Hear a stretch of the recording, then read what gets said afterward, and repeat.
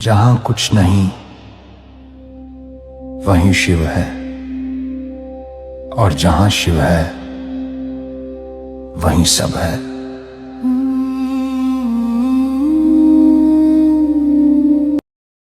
नमस्कार सभी को, स्पिरिचुअल इनलाइट चैनल में आप सभी का स्वागत है।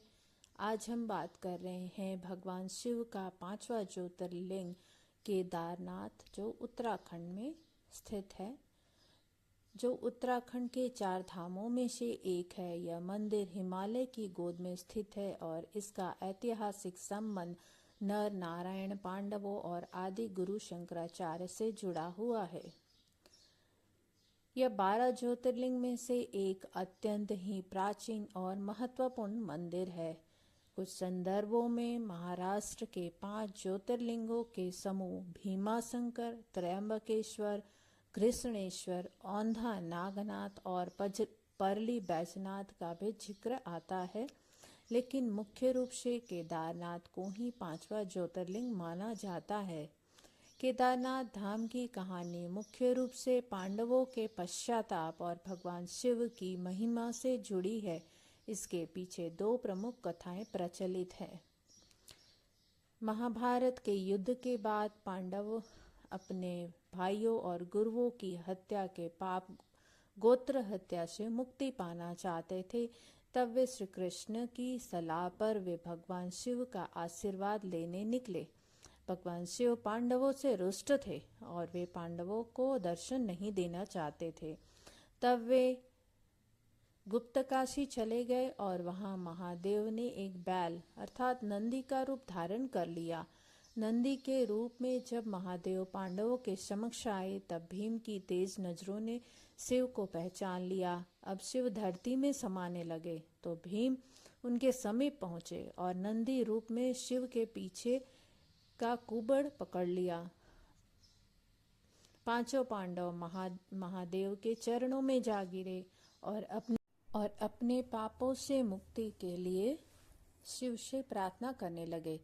पांडवों की भक्ति और उनके पापों के पश्चाताप को देखकर शिव प्रसन्न हुए और उन्हें पापों से मुक्त कर दिया। और तब महादेव त्रिकोणीय शिला के रूप में, ज्योतिर्लिंग के रूप में केदारनाथ में स्थापित हुए।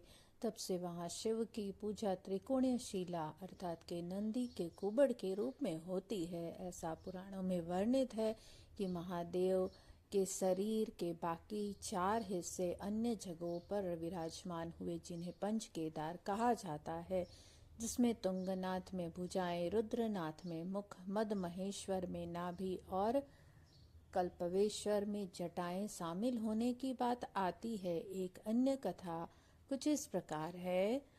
पुराणों के अनुसार भगवान विष्णु के अवतार नर और नारायण ने हिमालय में बद्री केदार आश्रम में पार्थिव शिवलिंग बनाकर महादेव की घोर तपस्या की थी।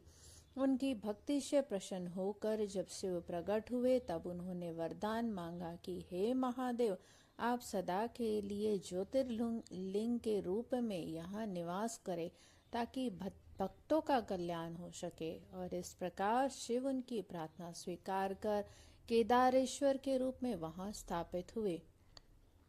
आदिगुरु शंकराचार्य और आधुनिक मंदिर के बारे में जानते हैं। माना जाता है कि द्वापर युग में पांडवों के में मूल मंदिर बनवाया गया था, लेकिन समय के साथ वह लुप्त हो गया। 8वीं शताब्दी में आदिगुरु शंकराचार्य वर्तमान भव्य मंदिर का पुनरुद्धार किया। मंदिर के पीछे ही आदि गुरु शंकराचार्य की समाधि भी स्थित है, जहां आज भी लोग पूजा अर्चना करते हैं। 2013 की आपदा और भीमशिला का चमत्कार हम सभी उनसे अवगत है। चलिए यह भी सुनते हैं। जून 2013 में आई भीषण बाढ़ के दौरान एक विशाल चट्टान, जिसे भीमशिला कहा जाता है, ऊपर से बहकर आई और मंदिर के ठीक बीच जाकर रुक गई। इस चट्टान ने बाढ़ के पानी और मलबे को 2 हिस्सों में बांट दिया, जिससे मुख्य मंदिर पूरी तरह सुरक्षित रहा। यह तो भगवान की उपस्थिति दर्ज करता है, जिसमें महादेव ने ही स्वयं मानो इस मंदिर की रक्षा की हो, ऐसा प्रतीत हुआ था। केदारनाथ धाम 2013 की ये घटना जब अपने विकराल रूप में थी, तब ऐसा लगा मानो सब कुछ ही समाप्त हो जाएगा।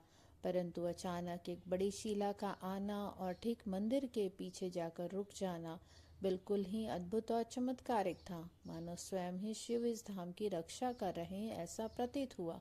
कहा जाता है पांडवों द्वारा निर्मित इस धाम की रक्षा का प्रण स्वयं भीम ने लिया था। इस कारण इस शिला का नाम भीमशिला रखा गया। आज भी इस शिला की पूजा की जाती है और ये घटना महादेव की धरती पर उपस्थिति को दर्शाता है। तो ये है शिव की महिमा। शिव से हमें सदा जुड़ना है और शिव की महिमा का गुणगान ही करना है। केदारनाथ धाम एक दिव्य धाम है जहाँ हर वर्ष लाखों की संख्या में भक्त देश और विदेश से आते हैं। हमें गर्व है कि हम सनातन धर्म से जुड़े हैं और भारत की देवभूमि में हमारा जन्म हुआ है। इस केदारनाथ धाम में आप प्रभु के दिव्य धामों की जानकारी देने का मैं प्रयास करूंगी और हमारे इस भारत भूमि की महानता का भी जिक्र करती रहूंगी। आगे बात करते हैं कि केदारनाथ धाम के कपाट मात्र 6 महीने के लिए ही खुलते हैं, जिसके बारे में हमें न्यूज़ चैनल और अन्य वेबसाइट से हमें उसकी जानकारी मिल सकती है। तो यदि आप केदारनाथ धाम जाना चाहते हैं तो इन वेबसाइट में जाकर चेक कर सकते हैं।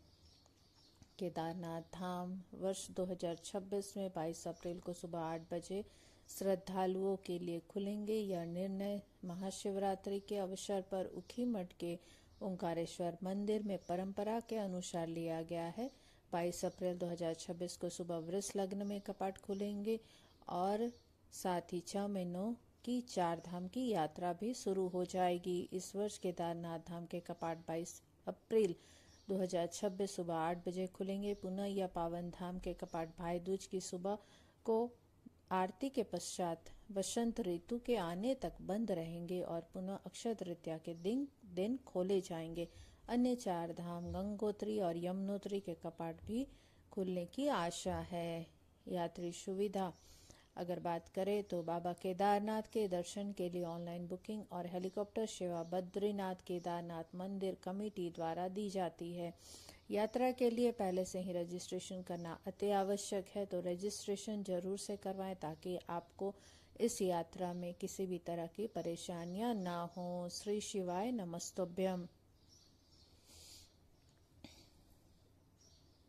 आगे हम बात करेंगे कि मित्रों, यदि आप केदारनाथ धाम जाना चाहते हैं तो सभी राज्यों से फ्लाइट, ट्रेन और टैक्सी बसों की सुविधाएं मिल जाती हैं, जिसे आप ऑनलाइन देख सकते हैं। केदारनाथ धाम के सबसे समीप का हवाई अड्डा देहरादून का जॉली ग्रांट हवाई अड्डा है, जो केदारनाथ से 239 किलोमीटर की दूरी पर स्थित है।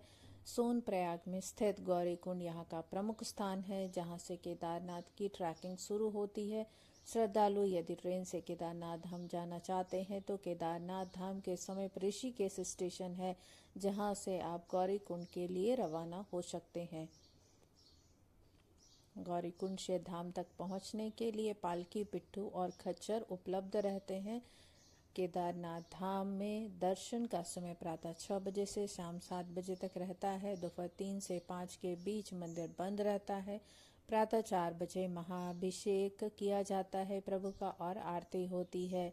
शयन आरती शाम 7 बजे होती है। केदारनाथ धाम में यात्रियों के ठहरने हेतु कई होटल और धर्मशाला उपलब्ध है। गढ़वाल मंडल विकास निगम द्वारा संचालित कई विश्राम गृह भी उपलब्ध है। भोजन एवं रहने के लिए नए होटल्स का निर्माण होता रहता है।